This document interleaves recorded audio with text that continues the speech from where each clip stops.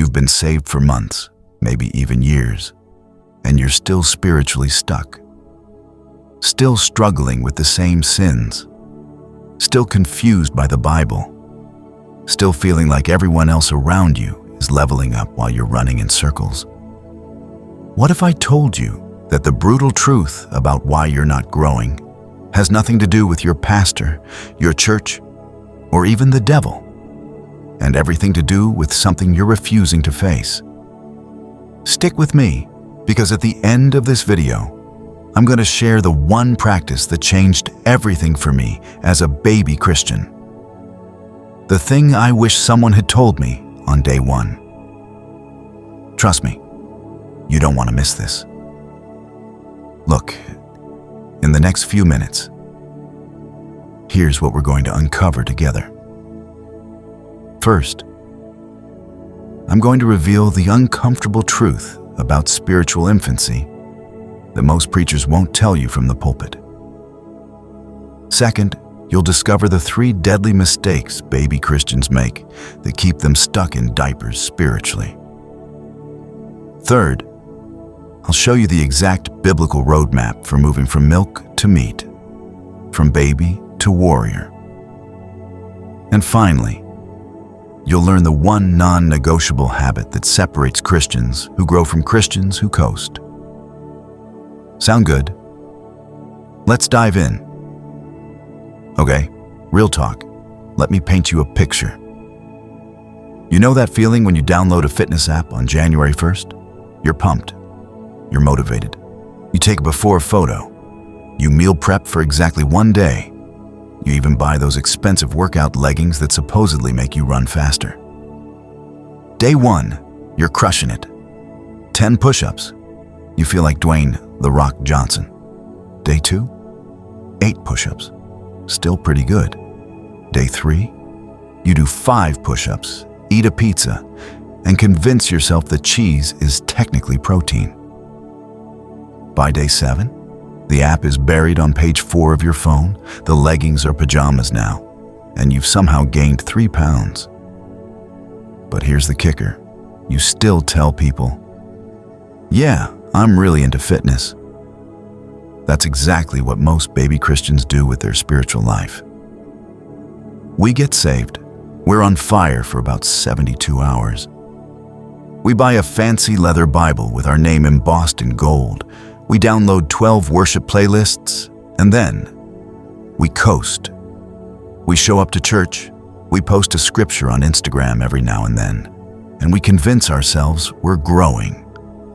Meanwhile, we're still defeated by the same temptations, still biblically illiterate, still spiritually out of shape, wondering why we can't hear God's voice.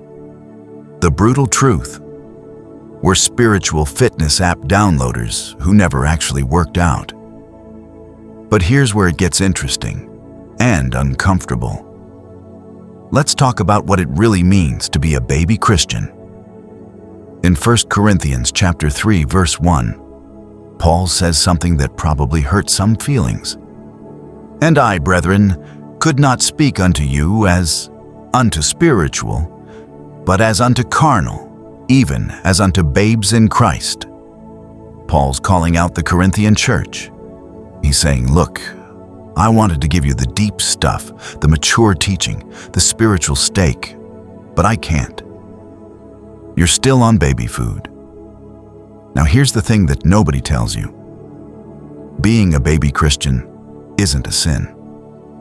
Jesus himself celebrated it in Luke chapter 10, verse 21. He literally rejoiced that God reveals truth to babes. There's something beautiful about spiritual infancy when you're actually an infant. But staying a baby, that's the problem. And before we go further, I need you to understand something crucial. There's one specific verse that completely transformed how I approached spiritual growth. And I'll share it with you before we wrap up. It's the verse that finally made everything click. So stay with me. Let me break down the 3 mistakes that keep baby Christians trapped in the nursery. Mistake number 1. you're expecting everyone else to feed you. 1 Peter chapter 2, verse 2 says, "As newborn babes, desire the sincere milk of the word, that ye may grow thereby." Notice what it says? You desire, you seek, you hunger. But here's what most baby Christians do. They show up to church once a week, listen to a 30-minute sermon, maybe catch a TikTok devotional on their lunch break, and wonder why they're not growing. Here's the reality check. You cannot microwave spiritual maturity. You can't grow on a diet of other people's leftovers. Your pastor's anointing can't replace your personal Bible reading. Your favorite worship song can't substitute for your own prayer time. Romans chapter 2, verse 20 talks about being an instructor of the foolish, a teacher of babes. Yes, we need teachers. But if you're only eating when someone spoon feeds you, you're going to stay malnourished. And that leads directly to the second mistake. And this one's going to step on some toes. Mistake number 2. You're comfortable with spiritual convenience. Let's be honest. We live in the age of convenience. Food delivered to your door, entertainment on demand, instant everything. And we've brought that mentality into our Christianity. We want breakthrough without the break-in. We want the anointing without the altar. We want the testimony without the test.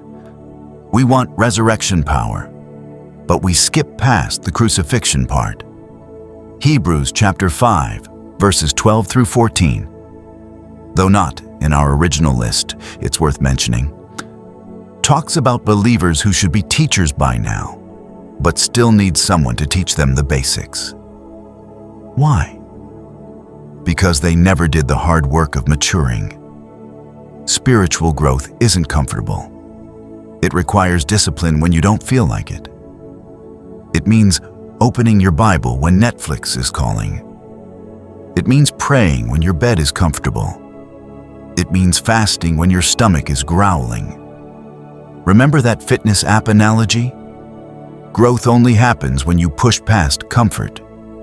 And we're about to see why that matters even more in the next mistake. Mistake number 3. You're more concerned with looking mature than actually being mature. Oh, this one hits different. We've mastered Christian vocabulary. We know all the buzzwords. I'm blessed and highly favored. Walking by faith, trusting His timing. We've got the Christian aesthetic down, Bible highlighted, worship playlist curated, cross necklace on point. But when real spiritual warfare hits, when temptation comes, when life gets hard, the mask comes off and we fall apart. Paul called the Corinthians carnal, even though they were Christians. They had the label but not the lifestyle. They had religion but not relationship. They had information but not transformation. So here's the million-dollar question. How do we actually grow? 2 Peter chapter 3, verse 18 gives us the blueprint. But grow in grace and in the knowledge of our Lord and Savior, Jesus Christ. 2 things. Grace and knowledge. Let me break this down in a way that'll change your life. Growing in grace means understanding that spiritual growth isn't about perfection. It's about progression. You're going to mess up. You're going to fall. You're going to have days where you feel like you've made zero progress. But grace means you get back up.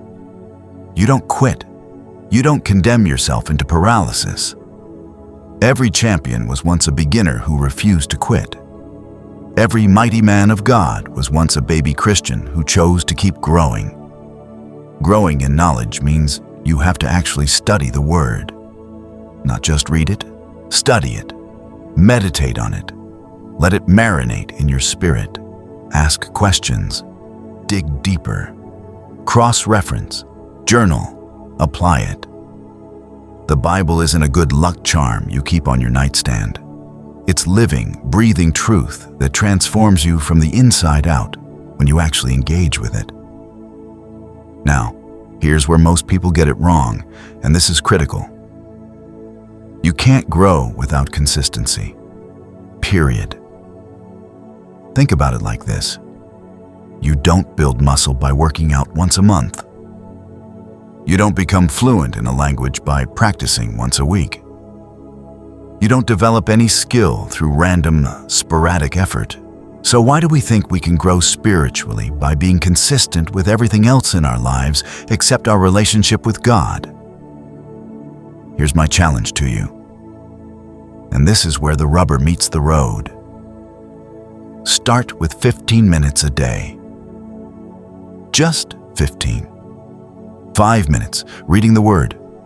5 minutes praying. 5 minutes worshiping or journaling or meditating on what you read. That's it. 15 minutes. You spend more time scrolling social media before you even get out of bed. And watch what happens. Those 15 minutes will become 30. Then an hour. Then you'll find yourself craving more of God because you've actually tasted and seen that He is good. Here's what I've learned. God doesn't bless intentions. He blesses obedience. You can intend to read your Bible all you want. You can intend to pray more. You can intend to grow. But intentions without action are just wishes. James chapter 1 says, "Be doers of the word, not hearers only, deceiving yourselves." Stop deceiving yourself into thinking that wanting to grow is the same as actually growing. Remember I told you about that one verse that changed everything for me? Here it is. Philippians chapter 2, verse 12. Work out your own salvation with fear and trembling. For the longest time, I thought salvation was a one-time event, and that was it. Coasting until heaven. But this verse wrecked me in the best way. Paul's saying your salvation is something you work out. Not work for, Jesus already did that. But work out. Like going to the gym. You have to put in the effort. You have to show up. You have to push yourself. Nobody can work out your salvation for you. Not your pastor. Not your mama. Not your favorite Christian influencer. You have to want to grow more than you want to stay comfortable. Listen, I'm not here to sugarcoat this. The brutal truth is this. If you're still spiritually where you were 6 months ago, a year ago, 3 years ago, that's on you. Not your church, not your circumstances, not the devil, you. But here's the beautiful part. If it's on you, that means you also have the power to change it. Right now. Today. This moment. You don't need a special anointing service. You don't need to wait for a conference. You don't need better circumstances. You need to decide that you're done being a baby. You're done making excuses. You're done coasting. And if you're ready to make that decision, I've got something for you. Real quick, comment below and tell me. What's the one area of your spiritual life where you know you've been coasting? Is it prayer, Bible reading, worship, obedience in a specific area? Be honest. No judgment here. Let's create some accountability in this community. And listen, if this message convicted you in a good way, don't stop here. I've got another video called Why Your Prayers Aren't Working that's going to take this even deeper. It's the natural next step for baby Christians ready to level up their prayer life. The link is right up here. Watch it next because what we covered today sets the foundation for what's in that video. Look, being a baby Christian is a season, not a lifestyle. And the beautiful thing about babies? They're designed to grow. But growth requires something from you. It requires hunger, discipline, consistency, honesty. Stop waiting for growth to happen to you. Start working for it. Pursue it. Fight for it. Because the kingdom needs mature believers. We need warriors not spiritual infants. We need people who know the Word, who hear God's voice, who walk in authority and power. And that starts with you deciding today. No more excuses, no more coasting. It's time to grow. Let's pray. Father, I thank you for every person watching this right now. I pray that your Spirit would stir up a holy hunger in them, a desperation for more of you, more of your word, more of your presence. Forgive us for the times we've chosen comfort over growth, convenience over consecration. Break every chain of spiritual laziness and complacency. Give us the grace to be consistent, the strength to push past comfort, and the wisdom to know that you're worth every sacrifice. We're not staying babies, Lord. We're growing up in you. In Jesus' name, amen. If this message lit a fire in you, do me a favor, smash that subscribe button and turn on notifications, because we're building an army of believers who refuse to stay stuck. Share this video with another baby Christian who needs to hear this truth. And remember, your growth is your responsibility. Make it your priority. Let's grow together. I'll see you in the next one.